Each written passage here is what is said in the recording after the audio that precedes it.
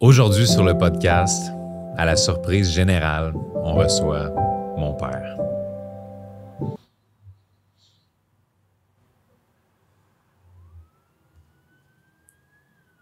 Évidemment, vous aurez compris que c'est une blague, c'est juste pour amener le sujet d'aujourd'hui qui est la douleur. Mais pas n'importe quelle douleur, la douleur que tout entrepreneur va avoir à faire face à travers les différentes étapes de sa croissance. Donc, on va se parler d'un moment où j'étais au sommet de ma carrière et une vedette m'a dit que j'étais pas bon. On va également voir pourquoi est-ce qu'un enfant de 7 ans est aujourd'hui capable de faire de la fiscalité à l'international. On va aussi rentrer dans un sujet vraiment tabou que tout le monde vit, mais qu'aucun entrepreneur ne parle. Et on termine avec un sujet très chaud en vous révélant les critères qui vont vous permettre de savoir si votre entreprise va survivre à l'arrivée et l'évolution de l'intelligence artificielle. Alors sur ce, on vous souhaite un très bon épisode. Bon podcast.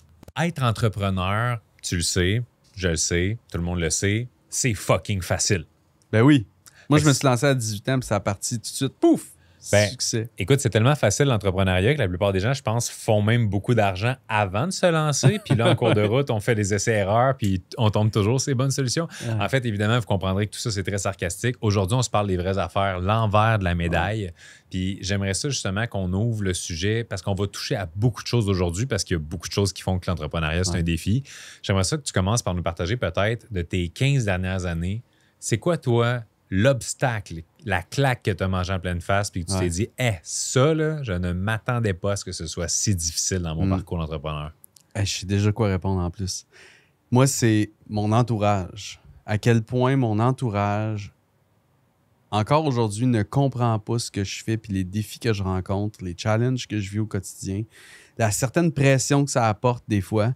Et au départ, c'était vrai, mais je le comprenais pas. Fait que j'étais juste seul avec toute cette pression-là. Puis à chaque fois que je parlais de mes rêves, mes buts, mes ambitions, ce que j'avais de l'autre côté, c'était de la peur, l'envie de me protéger. Puis moi, dans le fond, je le voyais comme tu me supportes pas, dans le fond. Tu me comprendras jamais. Et ça, ce que ça faisait, c'est que comme moi, j'avais pas de preuve que j'allais réussir un jour, parce que j'avais rien réussi. Pour vrai, moi, c'est à peu près 10 ans là, que j'ai l'impression que mon entourage, malgré eux, c'était pas volontaire, m'aidait pas du tout dans mon aventure. Fait que ce pattern-là... Là, mais quand tu dis pendant 10 ans, tu as l'impression qu'ils t'aidaient pas, c'est-tu qu'à un moment donné, on finit par t'aider? C'est-tu que tu as changé d'environnement ou c'est-tu que tu as accepté que finalement, c'était pas un problème? En fait, ce que j'ai accepté, c'était qu'ils ne comprendront peut-être jamais bien des aspects de ce que je vis. Et donc, je vais partager ce qui touche mon aventure entrepreneuriale avec des entrepreneurs. Et je vais juste aimer ma famille, mes amis, mon entourage. Puis quand ils vont me dire « Puis comment ça va l'entreprise? » « Ah, ça va bien. On a des petits défis, mais ça va bien. » Puis qu'est-ce qui fait d'un point de vue humain que tu aurais le goût de continuer à te tenir avec quelqu'un qui ne peut pas te comprendre? En fait, c'est des liens d'attachement. Mettons, je prends des vieux amis. C'est des liens d'attachement qui remontent à notre jeunesse, tu sais, quand j'allais au primaire, au secondaire. Puis c'est le fun, des fois, de se remémorer ça puis de reconnecter avec cette plus vieille portion de nous. Moi, en tout cas, c'est ça mon cas. Mais 2-3 fois par année. Tu comprends? 1 fois par année, whatever. Puis ma famille, ben, tu sais, mon père, ma mère, ma blonde, mes oncles, mes tantes, mes cousins, je les aime. C'est ma famille, c'est mon sang, je les aime tout simplement. Mais il y a eu un moment donné où je leur donnais aussi le rôle de me supporter. Mais c'était pas possible parce que, puis encore aujourd'hui, je te dirais que 95% des gens qui sont dans ma famille ne comprennent pas encore aujourd'hui, après autant d'années, ce que je fais. Toi, t'as-tu vécu ça un peu? Ou? Ben, c'est sûr, moi, ça aide, j'ai pas de famille. Comme, vas-y, Guillaume, pèse dans le bobo. Non, c'est correct. Pour tous ceux qui nous écoutent en ce moment, puis c'est leur premier épisode, ça va être de même tout le long, soyez prêts. Mais, blague à part qu'il n'y en ait pas une, hein, si j'ai pas plus de famille, même si je. En tout cas, fait que, oui, j'ai ma mère. Toi, c'est quoi qui t'a le plus. La plus grosse gifle entrepreneuriale, on va dire? Là? À part celle-là, là, tu viens de me donner, en fait, ouais, tu fais bien de rire. Mais ce qui est incroyable. Parce que là, je me remémore plein d'autres fois où je me suis déjà livré avec ma relation avec mon père, puis toi, t'étais à côté, puis t'as juste dit « Ça a l'air le fun d'avoir un père. » Ben oui, je le sais. On salue tous les papas et toutes les personnes qui en ont pas. Mais moi aussi, au niveau environnement, c'est drôle parce que je pense que c'est... en fait, quand tu nais dans un contexte où tes deux parents sont entrepreneurs, tu sais, je veux dire, tu nais proche d'une montagne, tes parents font du ski ensemble, ils aiment les mêmes saveurs de petits cappuccinos quelconques. Puis là, tu sais, tu comprends, tu grandis un peu là-dedans, tu vas à un collège privé, tes amis ont une Porsche à 16 ans, whatever. Ça se peut que là, tout le monde fasse à la limite si t'as pas de business. Mais voyons, pourquoi t'as pas de business? Ouais. Fait que la plupart, par contre, des gens qui partent de zéro, qui commencent soit dans la pauvreté ou dans un contexte juste qui n'ont aucune idée c'est quoi l'entrepreneuriat à la limite, vont avoir à faire ces sauts-là dans un nouveau cercle, dans un nouvel environnement, s'ils veulent ne serait-ce que survivre mentalement, parce que tu ne peux pas avancer dans le désert pendant 10 ans sans rencontrer quelqu'un qui va te dire « Hey, en passant, j'ai passé par là, puis oui, il y a un chemin, ou oui, il y a un oasis, il faut que tu t'entoures. » Puis je m'en souviens, j'avais 21 ans peut-être dans ce coin-là. Et j'avais une gang de gars à l'époque. On était 14 chums de gars. Puis littéralement, tu sais, c'est comme une petite gang de rue version non violente. On était juste épais, c'est notre seul critère commun. Puis on avait on s'est fait faire des t-shirts de gang d'amis, ça te donne une idée. Puis on était tous des athlètes, des joueurs de basket, des joueurs de foot. Fait que tu sais, on débarquait, là, genre, toute gang de 6 pieds plus, whatever. Fait que c'était, on déplaçait de l'air, mais justement, c'était plus pour boire, jouer aux jeux vidéo, faire des parties, des affaires de même. Ouais. Puis à un moment donné, on s'est fait un petit événement de Noël, puis on a décidé de donner des catégories puis de voter, tu sais, pour voir. Ça, c'est clairement ton idée. Possiblement, oui. C'est clairement ton idée. On pourrait juste faire un party. Non, on fait un concours. Oui, c'est ça. Fait que là, on fait des catégories. Tu sais, c'est qui a dit le pire bad call de l'année? C'est qui a eu la plus grosse brosse? Whatever. Puis là, on arrive à une catégorie un peu plus sérieuse qui est le gars de la gang avec l'avenir le plus prometteur? Puis moi, je me souviens à l'époque, je te dirais, tout le monde dans la gang était déjà soit salarié dans sa job ou en voie d'obtenir une job salariée suite à un diplôme ou quelque chose. Puis il n'y avait personne là-dedans qui était entrepreneur ou qui avait un projet entrepreneurial. Puis là, moi, j'en parlais régulièrement à ma gang. Voici mes rêves, je vais devenir conférencier, je vais avoir un impact mondial, je vais écrire des livres. Tu sais, je parlais ouvertement de ce rêve-là que j'avais et je leur parlais de mes mentors, Tony Robbins, Les Brown, Robin Sharma, puis j'étais comme, hey, ces gens-là parlent devant des stades remplis de 20 000 personnes, c'est hallucinant. Et on était 14 dans la gang. J'ai eu un seul vote pour la catégorie personne avec l'avenir le plus prometteur, même si j'étais celui qui, techniquement, si ses rêves se réalisaient, c'était lui qui allait avoir l'avenir le plus prometteur. Et cet unique vote-là, ben, c'est moi qui me l'ai donné. Et à ce moment-là, j'ai vraiment eu un déclic de... Puis en passant, la personne qui a gagné en majorité, c'était la personne qui étudiait pour devenir comptable. Puis no offense, mais tu comprends la claque que ça m'a donné à ce moment-là. Puis je me suis dit, je ne peux pas continuer à faire ce que je fais comme je le fais, à penser comme je pense, à me tenir avec qui je me tiens, à rester dans le même environnement. Et peu de temps après, j'ai fait des démarches pour justement changer énormément de choses dans ma vie. Éventuellement, j'ai déménagé. Je suis parti de Trois-Rivières pour aller à Québec, ensuite Montréal. Il y a beaucoup de steps qui se sont faits en cours de route, mais ce non-support-là de l'environnement, puis voire même le contraire. Moi, je me suis fait dire souvent, t'es ridicule, tu te ridiculises, pour qui tu te prends, tu penses que t'es meilleur qu'un autre de penser que tu vas avoir des grands projets. Pourquoi toi, tu serais millionnaire? Ce genre de phrase-là. Et évidemment, ça fait mal. Ben oui. Tu sais, moi, je me rappelle de mes amis, en tout cas, 2-3, clairement, les 2-3 tannants, là, bref, moi, nous autres, on était une grosse gang. Et littéralement, sur la glace au hockey, de se moquer de moi pendant que je joue par rapport à ça. Ah ouais, l'entrepreneur, tu sais. Puis, genre, vraiment mesquin, là, genre méchant. Là. Puis, ça m'est arrivé beaucoup. Puis, à travers le temps, je sais pas si tu vas être d'accord avec moi, mais on dirait que moi, j'ai réalisé qu'en fait, c'est qu'on a tellement peu de paramètres dans ce qu'on fait. Tu sais, c'est dur de dire qu'est-ce qu'on fait. Là. Le cadre, là, il est tellement large, puis il y a tellement de choses qu'on peut faire et être dans ce qu'on fait comme entrepreneur que je pense qu'il y a un commun des mortels, mettons, qui manque juste de paramètres, puis de cadre, puis de comprendre. Alors que, comme moi, mettons, je me rappelle mon entourage, j'étais directeur d'une succursale bancaire. C'était tellement facile à expliquer pour eux à d'autres personnes. C'était facile de savoir c'était quoi mon avenir. C'était facile, tu sais, de savoir que j'avais un bon fonds de pension puis un bon salaire. Tout ça, c'était sécuritaire puis c'était connu. Les paramètres étaient clairs. Mais là, je leur disais que je voulais faire d'autres choses. Puis là, il n'y avait plus de paramètres. C'était que de l'inconnu. J'ai l'impression que là-dedans, il y a beaucoup que notre entourage manque de paramètres pour savoir dans quoi on s'en va. Donc, ils ont peur de l'inconnu pour nous, finalement. Mais je pense que c'est notre job en même temps. Puis ça peut être aidant de réaliser qu'on a besoin de clarifier ce qu'on fait. Ouais. Parce que si on n'est pas capable, tu sais, c'est comme dans une team. Mettons, il y a notre vision à nous. Ouais. Ensuite, il faut l'expliquer à nos employés. Puis ensuite, il faut l'expliquer au grand public.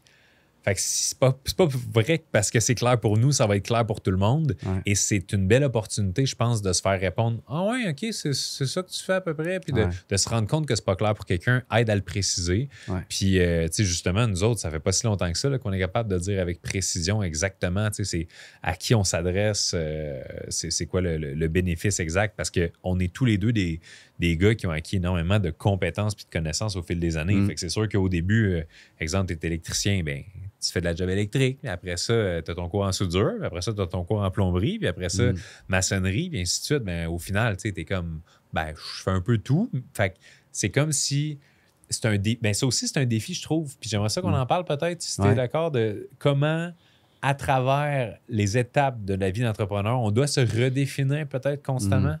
Oui. Ben, je pense qu'il faut se redéfinir dans une échelle de temps, mais je pense qu'il faut aussi se définir d'une façon constamment différente selon à qui on parle. Donc, dans le temps, ce que je veux dire, c'est que c'est sûr qu'en gagnant de l'expérience, puis en gagnant en compétences, etc., c'est sûr que moi, le jeune marketeur à l'époque, ben maintenant, je fais bien plus que juste du marketing quand que j'aide une entreprise à scaler ou un entrepreneur à mettre de l'ordre dans sa vie, whatever. Fait que ça, c'est dans le temps me redéfinir, mais il y a aussi, si j'explique, par exemple, à un entrepreneur de la construction versus un comptable versus mon beau-frère versus ma mère, je prends pas le même pattern d'explication. D'ailleurs, tu sais, dernièrement, on a fait, exemple, un mastermind sur l'eau. C'était principalement des gens en immobilier. Ben, j'ai expliqué ce que je faisais à travers une loupe de l'immobilier. Parce que les gens qui étaient avec nous, ben, eux, ils comprenaient l'immobilier. Fait que je leur ai expliqué un peu qu'est-ce que je fais, mais comme eux, avec l'immobilier, moi, je le fais avec des business. Fait que comment réussir à bien définir, justement, quand il y a tellement de types de personnes et de contextes différents, comment tu fais pour être clair quand tu expliques, justement, mettons quelqu'un en immobilier par là, un investisseur, tu te retournes, puis c'est un salarié qui travaille dans un IGA, par exemple. Comment tu fais pour être constamment capable d'être clair quand même? Ouais. Je pars toujours de la personne en premier pour être sûr de comprendre ce qu'elle comprend. Puis ensuite de ça, je m'explique. Puis d'ailleurs, c'est la même chose avec mes enfants, by the way. Dont dernièrement, mon petit gars de 7 ans qui m'a demandé « Mais toi, papa, c'est quoi finalement ton travail? » Là, t'es comme « Par où je commence? » Fait que ce que j'ai fait, c'est que j'ai dit « Tu connais c'est quoi une entreprise? » « Non. OK. On part de là. » Je suis clown. Le restaurant, c'est une entreprise. Donc, il y a des gens qui vont manger au restaurant. On est d'accord, oui. Papa, ben, souvent, il va travailler avec quelqu'un comme un restaurant. Puis, il va aider à ce qu'il y ait plus de gens qui viennent plus souvent. Là, c'est cool ça, papa. Toi, c'est où ton restaurant? Fait que là, tu comprends. Tu te rappelles-tu quand j'ai expliqué à ton gars la fiscalité internationale la dernière fois? C'est ça. J'étais comme, t'es pas tout à fait prêt à expliquer de façon simple. Ah non, mais je capotais. Il y a 7 ans, j'étais en train d'essayer d'y demander c'est quoi tes profits nets? Ouais. Ben, en tout cas. Déjà, maintenant, by the way, il vend des biscuits avec sa sœur de 12 ans. Ben, j'espère, il y a 7 ans, s'il ne rapporte pas d'argent à la maison. Mais là, ce qui est drôle, c'est que la semaine passée, il a trouvé une meilleure recette que sa sœur. Fait qu'il a vendu plus. Tu sais, ils ont comme une compétition parce que là, il y a un nombre de clients, quand même, il y a un marché limité. Ben oui, fait que les biscuits de ton gars sont meilleurs que les biscuits de ta fille. Cette semaine-là, fait que là, il a vendu plus pendant la semaine, puis ma fille, elle s'est retrouvée avec des restants de biscuits. Fait que je trouvais ça très drôle. J'étais comme, ça, c'est la loi du marché. Sérieusement, le capitalisme qui se passe dans ta maison, mon chum. Dans ma maison. C'est hallucinant. Hey, on salue tous les enfants compétitifs à l'écoute. Mais overall, en tant que famille, on a fait 1,7 fois notre revenu pendant cette semaine-là. Fait que c'est quand même intéressant. Je pensais à 1,7 million à vendre des biscuits. Non. Écoute, on est passé d'un 20-25 à 35-40, de quoi de même. OK. Ah, quand même. Ça... Bref, on revient à nos... Donc, toi, tu fais pas ça, t'adapter quand t'expliques ce que tu fais? Tu sais, t'adapter un peu à la personne à qui tu parles? Je suis assez flou égal pour tout le monde, là, je te dirais. La pire affaire, en fait, c'est qu'il y a des stéréotypes aussi associés à certaines affaires. Il faut que je fasse vraiment attention parce que si j'explique mal ce que je fais, la personne va faire un raccourci et va dire « OK, toi, t'es coach de vie, tu sais. » Ouais, c'est ça. Fait que là, mon but, c'est justement de pas tomber dans... Parce qu'en plus, je suis même pas coach de vie, on s'entend, tu sais.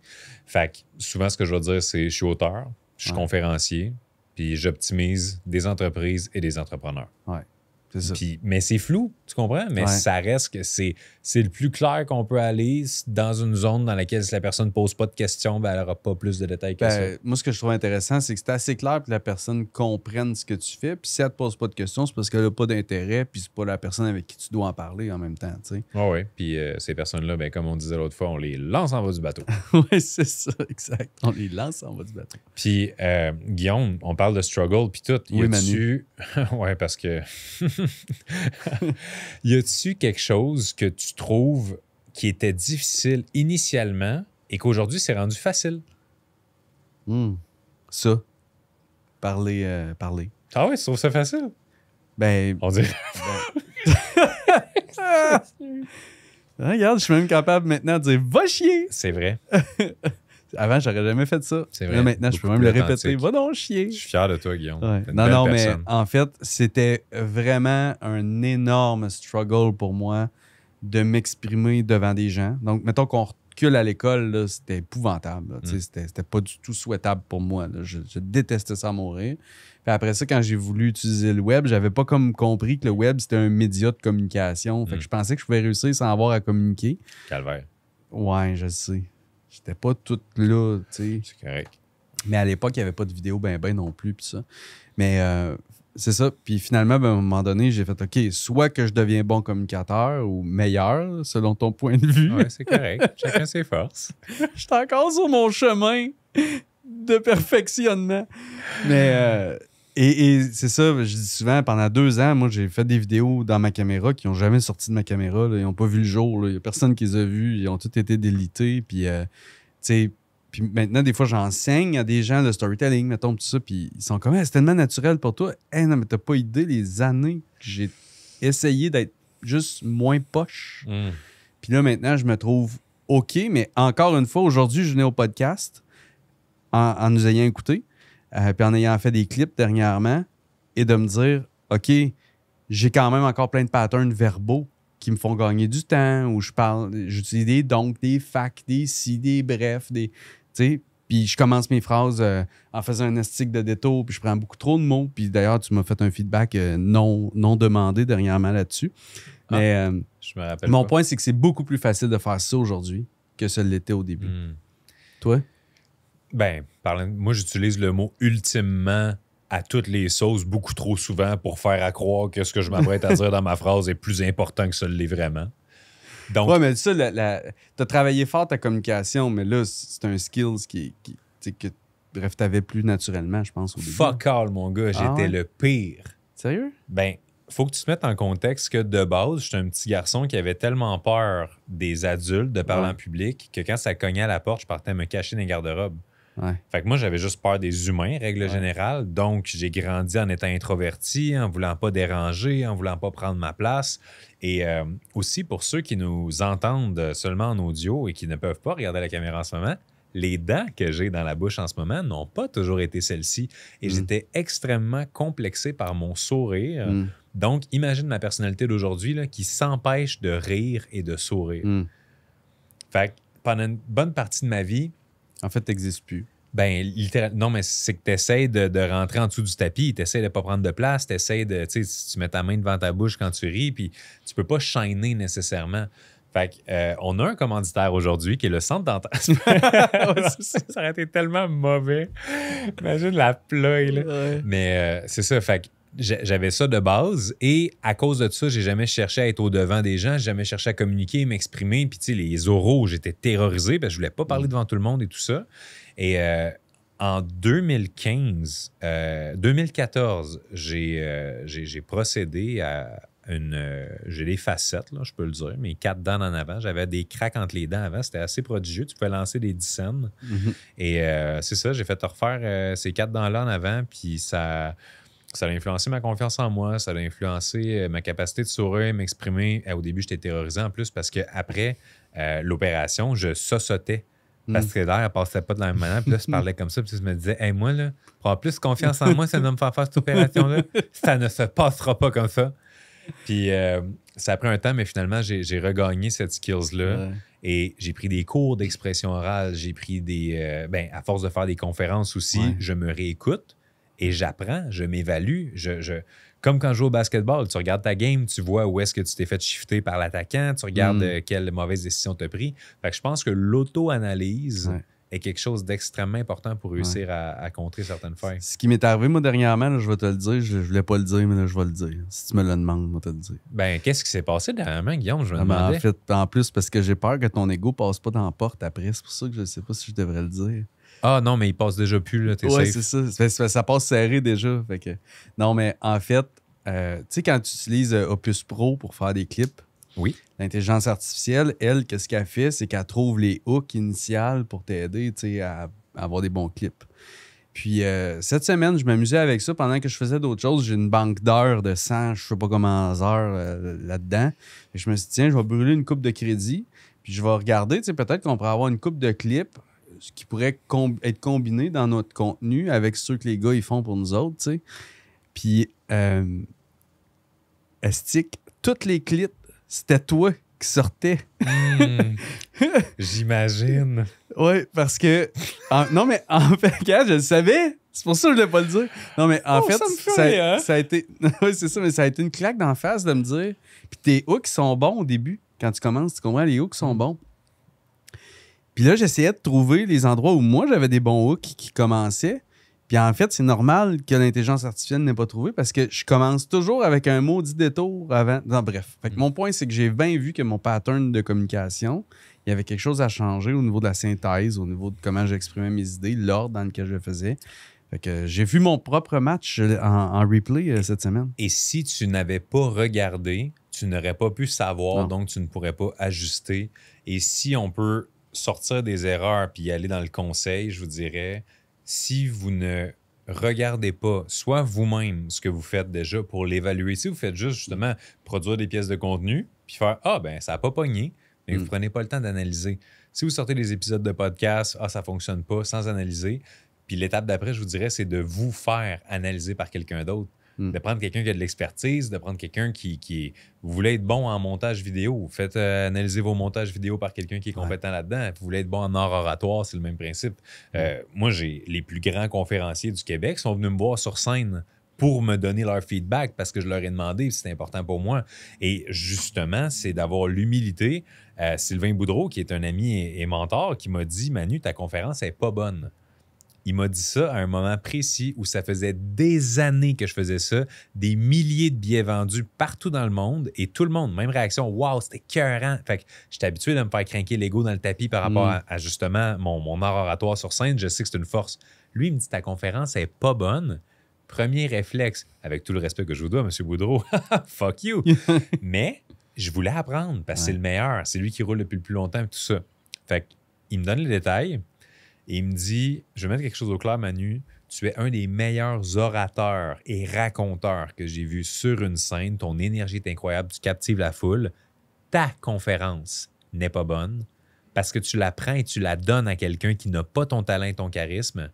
Et en termes de contenu, il y a tel manque. Hey, ça m'a scié les deux jambes, mais j'étais tellement reconnaissant parce que si je continuais juste à me fier à mon avis puis l'avis du public, j'étais comme, hey, I got this, let's go, parti pour la gloire. Mais là, d'avoir quelqu'un de plus compétent que moi dans un domaine clé qui me donne un feedback, ça a été vraiment game changer. Fait que si vous ne vous faites pas évaluer, il y a des bonnes chances que vous passiez à côté de certaines zones qui sont vraiment à corriger, optimiser ou travailler.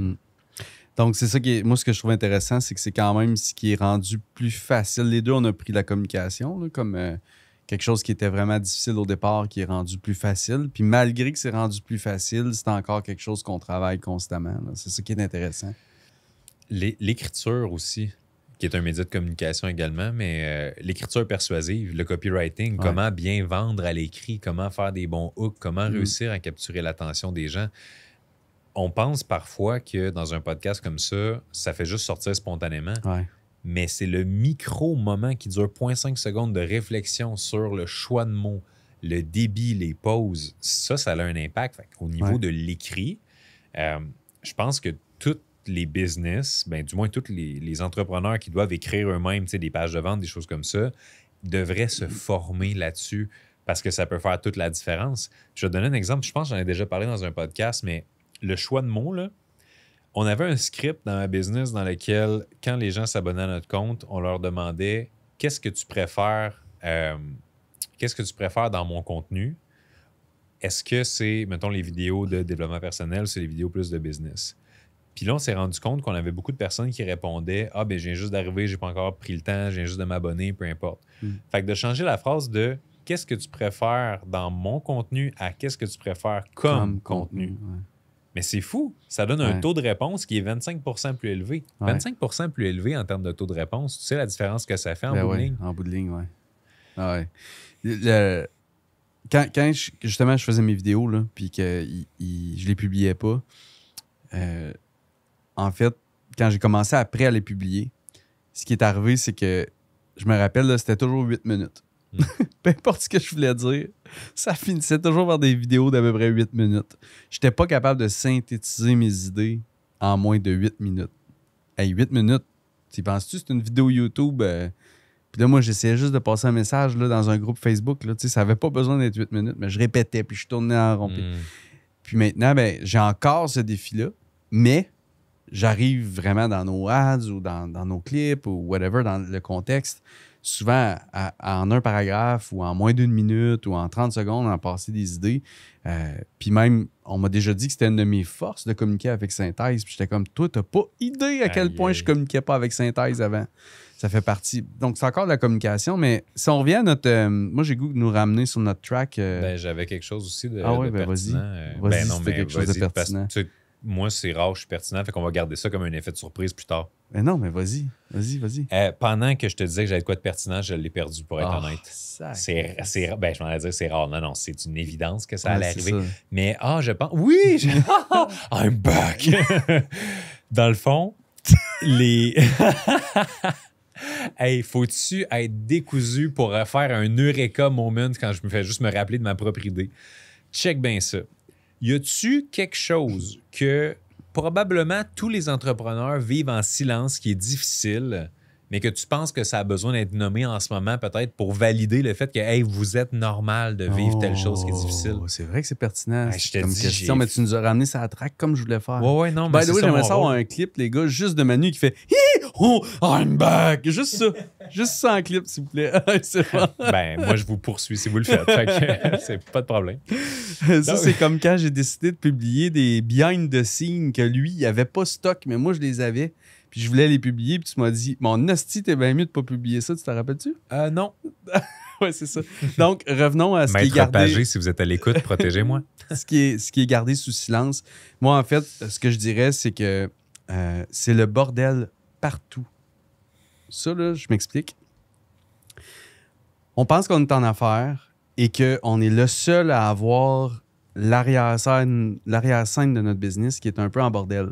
Donc, peut-être une relation plus difficile avec un partenaire d'équipe ou que, oh boy, on a un événement qui s'en vient et on n'est pas tout à fait prêt ou tu t'es moins préparé avant de faire, whatever, une conférence ou une rencontre de vente ou peu importe le point. Là. On pense, quand on entend des gens qui prennent la scène, qui communiquent puis qui partagent donc leur succès entrepreneurial, à quel point, oh my God, mais eux autres, ils ont tout leur shit together. Tu sais. Tout va bien, tout est parfait. Mon Dieu, j'aimerais ça être comme eux autres. Puis, ben, toi et moi, on a eu la chance de voir l'arrière-scène ensemble, c'est des milliers d'entreprises et d'entrepreneurs. Et moi, je peux dire qu'un peu comme une maison, quand tu déménages, il y a une pièce que tu mets les boîtes, puis tu dis ça, là, on va faire ça dans 2 semaines, là, quand on va avoir placé le reste, là, c'est pas grave si c'est le bordel là-dedans. Puis 3 ans plus tard, la pièce est encore avec les mêmes boîtes, puis le ménage n'est pas fait. Dans tous les business, dans toutes les vies d'entrepreneurs, il y a cette pièce-là. Et je pense sincèrement qu'il y a toujours un bordel dans l'arrière-scène. Puis de se faire croire que c'est pas le cas, à mon avis, c'est de se leurrer. Ben, c'est un peu... quand tu parles d'un bordel, ce qu'il faut pas oublier, c'est que ça peut être un bordel dans certaines sphères, mais il peut, paradoxalement, avoir certaines sphères de la business qui sont tellement clean, rodées au corps de tour, méthodiques, structurées, systématisées. Et c'est ce qui compte, en fait, c'est de... On va dire, on en a déjà parlé, mais il faut que ta manière d'être vu soit claire. Il faut que ta manière de convertir les vues en client soit claire. Il faut que ta manière de servir ces clients-là soit claire. Tout le reste autour, là, si jamais ça arrive que, Colin, il me semble qu'on a une police d'écriture sur notre site, puis c'est pas la même sur nos réseaux sociaux, ça se peut. Oui, tant mieux si c'est tout parfait, uniformisé, mais c'est pas ça qui est grave au final. Et, vas-y. Mais t'as pas entendu souvent, toi, du monde qui disait « Ah, moi, j'aimerais ça être comme un tel. Lui, il est tout bien organisé. » Tu sais, comme si tout était parfait. Puis comme si lui, il n'y avait pas de bordel. Mais il y a toujours... C'est pour ça que je dis une pièce. Oui, mais en même temps, tu sais, je vais prendre mon exemple personnel parce que je suis en couple et nous sommes tous les deux OCD. Alors, à la maison, il n'y a pas cette fameuse pièce-là. Tout est ordonné. Tu ouvres même les placards, puis c'est classé par ordre de catégorie, couleur puis alphabétique. Fait que... on salue ma blonde qui est à l'écoute. Et l'affaire avec ça, c'est que, mettons, dans ma business, là, on a maintenant une business ensemble. Je sais pas si tu as remarqué à quel point je vais toujours être en train de créer des systèmes. Fait que je pense que oui, il y a des bordels qui sont là, mais c'est pas si normal si les bordels importants restent toujours aussi gros. Puis souvent, ce que je remarque, c'est que quand quelqu'un est en bordel dans des sphères de sa business, il essaie, au lieu de faire le ménage, justement, puis de peaufiner ça, il essaie d'aller créer un autre nouveau bordel ailleurs. C'est un nouveau projet, c'est une autre nouvelle idée, c'est un nouveau segment de marché, alors que c'est ça qui fait en sorte... On va dire que 10% de bordel dans le business, c'est acceptable, ou 15-20 maximum. C'est ça, fait que tu me contredis, mais tu dis la même affaire dans le fond. C'est juste que ton cerveau ne le comprend pas, comme je le dis. Ben non, mais je comprends jamais, de toute façon, ce que tu dis.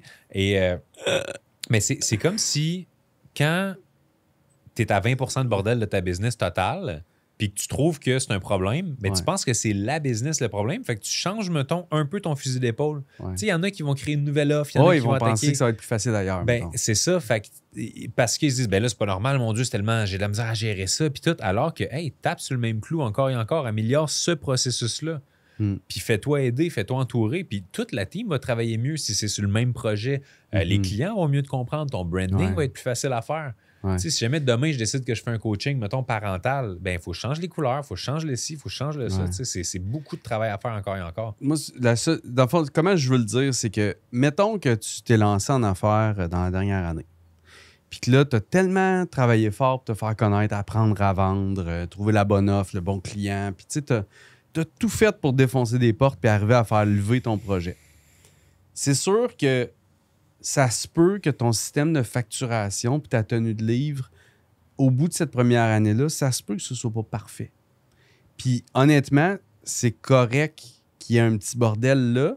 Puis effectivement, là, rendu au bout de la première année, c'est le temps de t'y attarder puis de faire du ménage puis t'assurer que ce soit solide. Mais c'est correct temporairement que ce soit un peu le bordel. C'est plus ça mon point, c'est que on pense que chez les voisins, tout est clean, tout est solide, tout est parfait, tout est structuré souvent. Ça arrive qu'on pense que c'est ça chez le voisin. Puis honnêtement, moi, c'est ça que je veux dire, qui est un peu gardé sous silence. C'est faux. Puis des fois, il y a même des gens qui prennent des scènes, il y a des gens qui prennent la parole en vidéo, il y a des gens qui vendent des produits et des services. Puis ils vont dire des choses, puis derrière, tu fais comme « Oh, shit! OK! » C'est ça la réalité derrière. Fait que c'est un peu ça mon point. Ben, je suis 100% d'accord avec toi. C'est juste que j'aime parler. Ça me fait sentir Toi, bien. qu'est-ce que tu voudrais qu'on dise qui est gardé sous silence? Qu'est-ce qui est gardé sous silence, peut-être, c'est... Ben, tu sais, en tout cas, c'est une espèce de tabou, là, mais quelqu'un qui fait 3 millions par année, peut-être que ça coûte 2,8 millions, faire 3 millions. Tu sais, profit net, profit brut, là. Ouais. Je pense que c'est quand même... Ouais. Puis tout, en fait, tout ce qui est gardé sous silence, là, tu parlais des zones qui sont un peu le bordel. Moi, je veux parler de l'attitude des entrepreneurs. Surtout les entrepreneurs qui se mettent de l'avant avec un personal brand puis tout ça. Walk the talk, sois en cohérence, assume qui t'es, assume que tu as un moins bon trimestre, assume que, tu sais, ça t'enlève rien. Au contraire, ça rend tout ça plus accessible, plus honnête, plus humain. Puis tout le monde y gagne au final. Ouais. Tu sais, est-ce que tu aimes mieux travailler avec moi si je te dis, hey, systématiquement, à chaque fois que je fais un webinaire, j'explose ça? Ou t'aimes mieux apprendre de mes 4 méga succès de webinaire, puis mes 6 échecs, puis pourquoi ça n'a pas marché? C'est l'ensemble de l'œuvre qui fait la valeur finalement de l'expertise. Ouais, je suis d'accord. Moi, c'est une chose que j'ai faite à travers les années que j'ai toujours aimé, c'est de partager en temps réel ce que je fais, ou comme là, je l'ai fait avec nos clients dernièrement, ce qu'on fait pour dire, OK, regardez, là, vous le voyez en ce moment, on va lancer ça. Voici ce qu'on pense qui est bon, voici ce qu'on pense qu'on n'est pas sûr. Puis on se reparle dans 2 semaines, puis je vais vous mettre au courant de comment ça a été. Puis une fois qu'on a vu comment ça a été, voici les points forts, voici les points faibles, voici ce qui était bon, qui nous a surpris positivement, puis voici ce qu'on pensait pas qu'elle allait arriver, puis qu'est-ce qu'on va faire maintenant avec ça, puis de voir les ajustements en cours de route, je pense effectivement que c'est ça qui est le plus cool. Puis qu'est-ce qui est tough aussi, je vais parler dans ma business, mais mettons au niveau organisation, Google Drive, puis tout, je suis constamment... en fait, c'est pas bon, c'est constamment en ajustement. Ça, c'est quelque chose que j'aurais jamais pensé que pendant 12 ans de suite, j'allais ajuster ma manière de classifier l'information, que j'allais ajuster, je suis dans Trello, je suis dans Asana, je suis dans tel logiciel. Il y a constamment des choses qui changent, des nouvelles affaires, des nouvelles technologies. Et je pense que c'est quelque chose qui est normal, qu'on apprenne énormément. Puis c'est pas tout le monde qui part avec 300 millions de budget puis 2 mentors et demi. Là. Fait que c'est beaucoup d'essais-erreurs d'entrepreneuriat. Puis je pense qu'une erreur qui est associée aussi à une douleur, c'est que quelqu'un peut faire de quoi et ça marche pas. Il pense qu'il fait pas la bonne affaire. Mais ça peut être aussi niaiseux que tu invites quelqu'un à aller prendre une marche, la personne, elle refuse. Tu dis, ça marche pas. Je vais pas faire de blague, je l'ai fait sans faire exprès. Mais tu l'as invité, il pleuvait. C'est juste pour ça qu'elle a dit non. C'est parce qu'il pleut. Tu avais fait la même invitation le lendemain, ça aurait fonctionné. Fait que ne pas se décourager parce que quelque chose ne fonctionne pas du premier coup, puis aller explorer les différents angles d'attaque. Tu peux très bien vendre des billets pour un événement ou tu organises un party ou quoi que ce soit, puis personne vient parce que tu as une erreur dans ton titre qui fait que le monde sont confus. Puis la confusion, ça empêche de passer à l'action, on le sait. Fait que des fois aussi, je dirais au monde, au lieu d'avoir des gros plans complexes, on en a parlé souvent ensemble, c'est d'avoir la version la plus simple et facile de ton plan actuel pour te rendre au résultat souhaité. Puis de build up à partir de là, mais vraiment de s'assurer que le processus initial et central, là, il est vraiment clair pour tout le monde. Puis il y a 2 points que je veux mentionner. Le premier, c'est ça en est une chose qui est gardée sous silence. Ça fonctionne pas pour moi. Ou ça, je l'ai essayé, ça fonctionne pas. Moi, toutes les fois maintenant, je fais comme bienvenue dans l'entrepreneuriat. 90% de ce qu'on essaie la première fois, souvent, ça fonctionne pas. Puis à partir de là, on fait quoi? On itère, on optimise, on change, on ajuste. Puis à un moment donné, ce qui fonctionnait pas devient peut-être ton plus gros succès en cours de route à cause des ajustements. Mais l'autre sujet que je voulais apporter puis que j'ai vraiment envie qu'on aille là, puis on n'en a pas parlé, pas du tout, mais c'est quand même une des grosses difficultés qu'on a en entrepreneuriat, c'est l'innovation puis suivre le pace de toutes les technologies. Le rythme à travers les technologies, les tendances, les marchés où ils s'en vont, les habitudes des consommateurs, tu sais. Je dis souvent, moi, quand j'ai commencé en ligne, la plus grosse objection que j'avais, c'était que la personne avait peur que je prenne sa carte de crédit puis que je ne livre pas le service. C'était la plus grosse objection. Puis aujourd'hui, on s'entend, tu sais, les mondes ne voulaient pas faire de banking en ligne. Tu sais, à vous, tu dis, mon Dieu, ça fait 20 ans? Non, ça fait 12-13 ans, là, ça fait pas 20 ans. Et aujourd'hui, on a l'intelligence artificielle. Et je serais bien curieux de t'entendre sur... Pour vrai, qu'est-ce qui va se passer, tu penses, avec tout ça au niveau business, changement des consommateurs, habitudes, marché, whatever? Je pense qu'aujourd'hui, c'est une erreur que de seulement se concentrer sur ce qu'on peut voir actuellement. Il faut prendre un pas de recul et regarder ce qui s'en vient. Sans tomber dans la paralysie en se disant « je ne contrôle pas le futur », mais il faut quand même prendre en considération que le marché, les clients, tout évolue tellement rapidement que si tu bâtis ta business en fonction de l'idée que tu dis hey, « wow, j'ai vu ça il y a 2 ans, j'ai trouvé ça malade », tu es déjà tellement en retard. Donc, j'essaierai de voir où s'en va justement l'économie, où s'en vont les entreprises, où s'en vont les consommateurs, qu'est-ce qui change? On sait que tout est de plus en plus rapide. Fait qu'on peut se faire livrer quelque chose maintenant avec notre téléphone, on peut trouver l'amour sur notre téléphone, tout va tellement vite. Alors, j'essaierai de voir dans quel business /ancestral qui n'ont pas innové depuis des années, on peut apporter un élément de rapidité pour peut-être justement venir prendre un edge. Fait qu'il y a beaucoup de réflexions que j'ai comme ça. Puis au niveau de l'intelligence artificielle, je te dirais, être un maître en intelligence artificielle, c'est une chose. Mais je pense que c'est un devoir que de ne serait-ce écouter 1 heure ou 1 demi-heure par semaine au moins pour s'informer de qu'est-ce qui se passe, qu'est-ce qui s'en vient. Début 2023, 2002, je pense que je commençais à m'intéresser à l'intelligence artificielle. C'est quand même un moment. Puis depuis ce temps-là, j'ai écouté des dizaines d'heures sur le sujet au point où est-ce que je comprends le potentiel puis je me sers bien de ces outils-là. Mais justement, la différence, c'est fou des tâches. Des fois, je me dis, ça, là, c'était la job d'une adjointe pendant 5 heures. Ouais. Puis là, à cette heure, c'est 4 clics puis 2 messages vocaux dans l'intelligence artificielle, puis c'est réglé. Ouais. Moi, j'ai entendu dernièrement, puis j'ai comme fait, OK, c'est exactement ça. C'est pas tant l'intelligence artificielle qui va remplacer l'humain, mais c'est plus les humains qui utilisent l'intelligence artificielle qui vont remplacer les autres humains qui l'utilisent pas. Exact. Mais quand même, moi, je vais t'avouer que tu sais, c'est difficile l'entrepreneuriat, là. Il y a le fait que tu bâtis une business qui est un système, idéalement, qui est le plus répétitif possible pour devenir procédural, puis qui donne toujours la même valeur au marché, puis idéalement, une valeur de plus en plus grande. Et ça demande quand même de notre attention dans le présent, puis l'intelligence artificielle et tout ce qui est connexe à l'innovation technologique, c'est fou à quel point ça fait accélérer les changements. Tu l'as dit, puis le playbook de quelqu'un qui fait du contenu il y a 1 an, dont nous deux, c'est un playbook qui est appelé à changer en tabarouette. Là. Les vidéos qu'on va pouvoir avoir notre avatar qui parle pour nous, en ce moment, c'est faisable, mais ça ne marcherait pas parce qu'on verrait que c'est pas nous. Mais dans pas long, ça paraîtra plus. Dans 5 ans, on peut créer une copie digitale de toi et de moi et personne ne peut faire la différence. Moi, je pense que c'est dans 1 an. Moi, j'ai vu des exemples. Pour toi, parce que t'es plus facilement remplaçable? Oui, c'est ça. Mais mon point, c'est qu'on pourrait loader un script, puis une copie de nous, puis là, en ce moment, on le verrait que c'est pas nous. Ça paraîtrait, mais dans 1 an, d'après moi, on a vraiment de la difficulté à le savoir que c'est pas nous. Ben déjà, j'ai envoyé un message vocal à ma mère que c'était moi qui ai tapé du texte et ça a cloné ma voix. Ma mère n'a pas su faire la différence. Ben, regarde, c'est ça. Mais ça, avoue qu'il y a quand même... Ça ajoute à la difficulté de l'entrepreneuriat de dire, OK, attends un peu, là.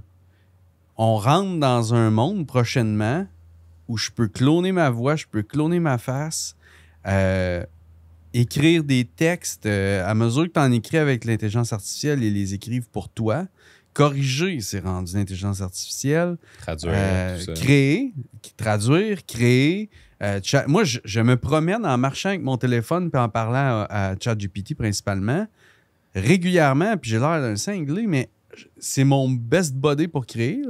Là, mais là, qu'est-ce que tu penses si je faisais ça comme ça? Puis là, je parle comme je parle, là, puis je send, puis là, il me répond des affaires, puis je suis comme, c'est intéressant, il vient de m'amener complètement ailleurs.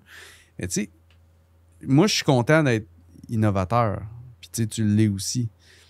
Mais même si je suis innovateur, il y a des bouts où j'aimerais mieux être aveugle, dans le sens où j'aimerais mieux pas savoir tout ça. Mais en même temps, c'est justement d'être ahead of the curve en sachant ce qui s'en vient. Puis je crois que dans chaque downside, il peut y avoir un upside dans un marché et la valeur du réel va augmenter au fil des prochaines années. Ouais. Dans un monde de plus en plus déconnecté, de plus en plus digital, de plus en plus froid, de plus en plus... À quel point le fait de juste se rassembler en personne prend un edge. C'est vrai, t'as raison. Fait qu'il va avoir des avantages reliés à ça, puis nous, on va les saisir justement parce que je suis un génie, puis c'est une blague.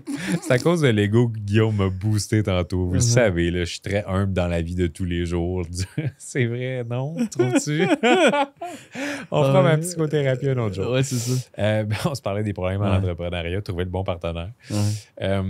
Mais c'est ça, fait que justement, le réel commence à avoir beaucoup plus d'impact. On s'en rend compte, nous autres, auprès de nos clients. Quand on fait quelque chose en personne, ils sont comme « Wow, j'ai hâte de revoir la gang », tout ça.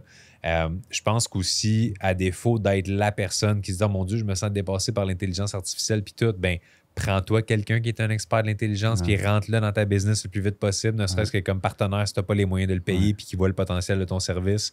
Parce que, tu sais, ceux, comme tu dis, qui ne l'utilisent pas vont se faire remplacer par ceux qui l'utilisent. C'est pratiquement inévitable. La vitesse à laquelle, organiser un chalet pour des clients, ça prend 4 secondes. Organiser du contenu pour 1 an. On peut, littéralement, là, on pourrait prendre nos 3 saisons de podcast jusqu'à maintenant. On rentre mot pour mot ce qui a été dit, puis on dit, crée-nous notre saison 4.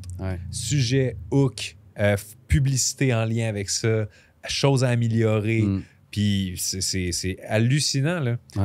En voyage avec mon père, là, il capotait bien raide. Là. Ça a l'air le fun, voyager avec son père. J'étais allé en voyage avec mon père dernièrement, puis on se l'est dit tellement de fois, puis je lui ai dit tellement de fois. J'ai dit, t'as-tu vu à quelle époque on vit, à quel point, avec mon ciel, puis toutes les apps que j'ai. Tu sais, on était en train de manquer notre vol en partant à cause des douanes américaines qui étaient trop lentes. J'ai téléchargé une app qui a fait en sorte qu'on a pu prendre un raccourci pour passer plus vite parce qu'on était à risque de manquer notre vol. Après ça, arrive là-bas. En dedans de 5 minutes, on avait un Uber en avant de nous. Après ça, on était à San Francisco. On avait une auto pas de conducteur qui est venue nous chercher puis qui nous a promenés dans la ville. Après ça, mon voyage était comme grosso modo fait, mais j'avais pas décidé de tous les endroits où j'allais arrêter. Puis là, ça stressait bien mon père. Tu sais. Je dis, Pat, check bien ça, moi, t'arranger ça. J'ouvre OpenAI, ChatGPT. Puis là, je fais juste parler à côté. Je dis, salut, on est à San Francisco, on s'en va à Los Angeles. C'est où qu'on devrait arrêter? Je send. Mon père dit, ben voyons. Je fais ça de même, puis là, il est en train de décrire. Ça nous a donné tout là-bas, pendant qu'on était là-bas, tous nos itinéraires. Ça a été parfait. On n'a rien manqué. Là. Fait que justement, les menaces en lien avec ça. Tu sais, je pense, par exemple, ce que tu viens de décrire, tu fais appel avec un agent de voyage d'habitude ou quelqu'un qui est un guide en tourisme ou peu importe, puis ça te fait un itinéraire. Là, à cette heure, on peut le faire avec ça. Tu peux faire évaluer tes publicités par ça. Tu peux faire la cuisine, les recettes. Il y a tellement de choses. Le branding, on pourrait littéralement dire voici notre mission, vision, nos clients, qu'est-ce qu'on a fait jusqu'à maintenant, notre expertise, puis dis-nous quelle couleur dégage telle affaire. Puis ça peut être assez intense. Fait que comment tu vois justement les métiers dans lesquels on a l'impression que l'expertise et l'expérience de l'humain est un peu en train de devenir finalement trop cher par rapport à l'intelligence artificielle, trop lent, trop... Tu penses qu'il va arriver quoi avec tous ces métiers-là? Ouais. Ben, honnêtement, c'est la portion que je trouve difficile.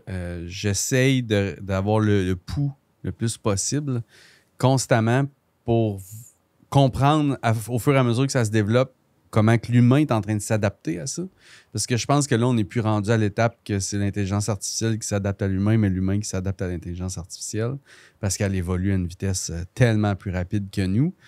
Puis, ce que je vois qui est toujours vrai, c'est que les esprits entrepreneurs, qui sont en fait des gens qui arrivent à visualiser, imaginer et qui peuvent le concrétiser dans le monde réel, ce sont eux qui sont les plus récompensés par l'intelligence artificielle parce que là, ils ont un méchant bon body pour créer, puis challenger leurs idées, puis les concrétiser plus rapidement.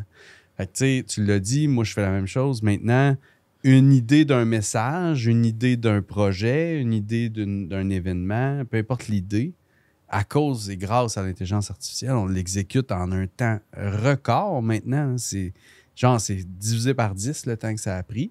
Fait que je pense que les gens qui vont continuer à être créatifs, malgré que l'intelligence artificielle est là, ça va devenir ensemble un effet exponentiel. Mais ceux qui vont arrêter de créer, je pense, puis d'innover, es-tu d'accord?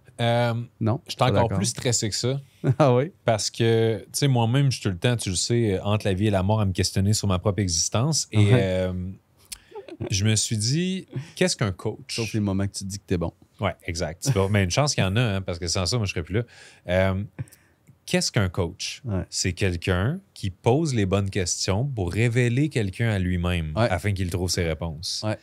Fait que si on part de cette définition-là, un coach, c'est quelqu'un qui communique. Ouais. En ce moment, l'intelligence artificielle peut communiquer. Mm-hmm. Si on en arrive dans quelques années à un point où est-ce que quelqu'un, grâce à X logiciel, et on n'est même pas si loin de ça, quelqu'un arrive sur YouTube, sur Facebook, sur Instagram, sur tous mes réseaux sociaux, envoie ces liens-là dans l'intelligence artificielle et dit « Voici Manu Lemire, voici tout son contenu. » Puis là, tu as des milliers d'heures, des milliers de pages de texte de ce que j'ai dit au fil des années. Et là, on vous demande la simple consigne « Crée-moi une réplique intellectuelle de Manu Lemire car j'aimerais me faire coacher. » Cette personne-là, ensuite, peut littéralement avoir pratiquement l'ensemble de mon... Ben, tu sais, pas de mon expertise, mais de mes connaissances que j'ai partagées au fil des années, des exercices que j'ai donnés. Fait que pourquoi ne serais-je pas remplaçable dans un sens? Qu'est-ce qui va nous permettre de ne pas l'être? Ouais. Ben, moi, mon point de vue pour le moment, c'est que l'AI, c'est un méchant bon gestionnaire d'informations et de connaissances, comme tu viens de dire. Mais ce qu'il n'y a pas... et je vois pas le jour où ça va arriver, peut-être que je me trompe, c'est tout le ressenti humain. c'est toute la vitalité, c'est toute l'énergie, le transfert. Il y a un transfert d'énergie dans une séance de coaching. Il n'y a pas juste du verbal. Fait que ça, je pense que ce ne sera pas remplacé. Donc, je dis je pense parce que j'en ai aucune idée si ça va être possible. Et c'est ce qui me fait peur. Et c'est ce qui fait partie du fait que c'est tough être entrepreneur. Mais effectivement, et hier, j'avais la conversation avec un entrepreneur qui me disait « Ah, mais ça, tu devrais garder ce contenu-là pour le faire payer. » J'étais comme « Pour vrai, du contenu, je pense plus qu'on peut vendre ça. » Tu sais, je peux vendre l'expérience dans laquelle je livre le contenu. L'implémentation. C'est ça, l'implémentation. Le moment où je te transfère mes idées selon toi où tu en es comme entrepreneur ou peu importe dans ta vie où tu en es comme client, je peux ajouter de la valeur au bon moment. Mais du contenu que je distribue pour... Écoute, il y en a partout, puis l'intelligence artificielle va me dépasser. Ben justement, sais-tu quoi? On rentre dans une nouvelle ère, je pense, où il y a eu une phase en ce moment dans laquelle c'est très difficile de vendre de l'information parce qu'elle est tellement accessible. Mais je crois que dès demain, on rentre, dès demain, métaphoriquement parlant, on rentre dans une ère où il va y avoir une recrudescence de la vente d'informations, mais d'informations claires, concises, faciles à appliquer. Et tu sais, les grandes formations de 25 heures sur un sujet X, ça n'aura plus nécessairement de valeur parce que les gens sont trop bombardés, puis ça devient lourd, puis tout ça. Mais les formations spécifiques pour des problèmes spécifiques qui, justement, empêchent de se perdre dans un océan d'informations, je pense que ça va gagner de la valeur. Je suis d'accord. Fait que tu peux chercher en ligne comme meilleure recette pour telle affaire. Mais si quelqu'un t'apprend à cuisiner, puis c'est une formation qui dure juste 1 heure, puis c'est les fondamentaux que tu as besoin de savoir, puis c'est vraiment précis, puis c'est pour la bouffe asiatique particulièrement, ben le monde va avoir tendance à faire confiance encore à des humains, puis des humains qui ont prouvé aussi. Parce que n'oublions pas une chose, c'est bien beau de trouver de l'information, mais moi, j'en parlais justement avec un planificateur financier cette semaine, puis j'y disais, j'aimerais ça développer toutes mes connaissances au niveau des finances. Littéralement, je voudrais avoir l'équivalent de ce qu'un fiscaliste a dans sa tête pour vraiment bien comprendre toutes les nuances au niveau financier. Puis je disais, je pourrais demander à ChatGPT, je suis autodidacte, je suis capable d'aller apprendre, je suis capable d'aller sur YouTube, mais des 172 chaînes YouTube qui en parlent, comment je fais, moi, pour savoir c'est laquelle l'information, c'est qui la personne en qui je peux faire confiance? Fait que les gens qui vont réussir à développer une confiance avec une audience et des références dans un domaine X vont encore avoir une part de marché très intéressante dans l'économie de demain, je crois. Ouais. Puis tu sais quoi, je pense qu'on arrive à la conclusion pas mal de notre épisode, à quel point c'est difficile d'être entrepreneur, mais j'ai le goût de laisser sur une note d'espoir que je pense que c'est notre discussion d'aujourd'hui qui me fait dire ce que je vais dire pour la suite. À quel point, dans le fond, être soi-même et connecté avec les autres, ça va être bon pour le personal brand, ça va être bon pour le contenu, ça va être bon pour ton métier, ça va être bon pour ta créativité, puis ça va même être le edge parmi tous ceux qui vont utiliser les mêmes outils, qui vont vivre les mêmes difficultés entrepreneuriales, mais si eux ont la capacité de connecter avec les autres, puis de faire un transfert d'énergie, de mettre de la vitalité, de mettre du sens dans ce qu'ils font, je pense que c'est ces entrepreneurs-là qu'on va se parler encore dans 5 ans, encore en business, puis ça va bien aller. Tu m'enlèves les mots de la bouche. Je le savais. Dans le fond, c'est lui qui l'a dit, on l'a coupé, c'est moi qui l'ai répété. Je voulais que tu aies ton moment aussi. Ouais, c'est ça, c'est gentil. Merci d'avoir été là, merci d'avoir été mon invité, Manu. Mais en même temps, Guillaume, tu t'as dit pour finir l'épisode, mais comme tu m'as jamais demandé si moi j'avais encore envie de parler de toute la douleur associée à être entrepreneur. Fait parce que j'ai encore comme un bon 20 minutes. C'est douloureux être ici, tout simplement. T'es-tu tanné de parler? Oui, non. non. À la salle de bain? T'es correct? Peux-tu continuer? Ou... Tu veux-tu conclure? Ben non, moi j'ai encore plein de choses à parler. C'est rare en plus, mais OK, c'est bon. Ben regardez, ça fait déjà 1 heure ce sera parle, ça hein. pour aujourd'hui, assez, gang. Là. Si vous voulez plus d'informations, écrivez-moi sur Instagram. Guillaume a tout dit ce qu'il avait à dire.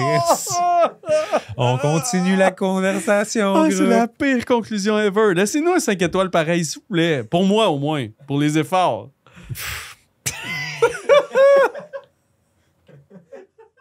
Donc, comme d'habitude, on rend ce contenu-là 100% gratuit pour vous. La seule chose qu'on vous demande en retour, c'est, s'il vous plaît, si vous avez apprécié l'épisode, partagez-le. Puis même si vous ne l'avez pas apprécié, partagez-le à quelqu'un que vous n'aimez pas. Et évidemment, un 5 étoiles, ça fait toute la différence. Mais aussi, n'oubliez pas, si vous nous envoyez le mot podcast, on vous envoie un coffre à outils virtuel rempli de ressources qui vont pouvoir vous aider dans votre business, votre gestion de temps, gestion de priorité et d'autres aspects super importants de la vie d'entrepreneur. Alors, sur ce, merci d'avoir été avec nous et on se retrouve dans le prochain épisode.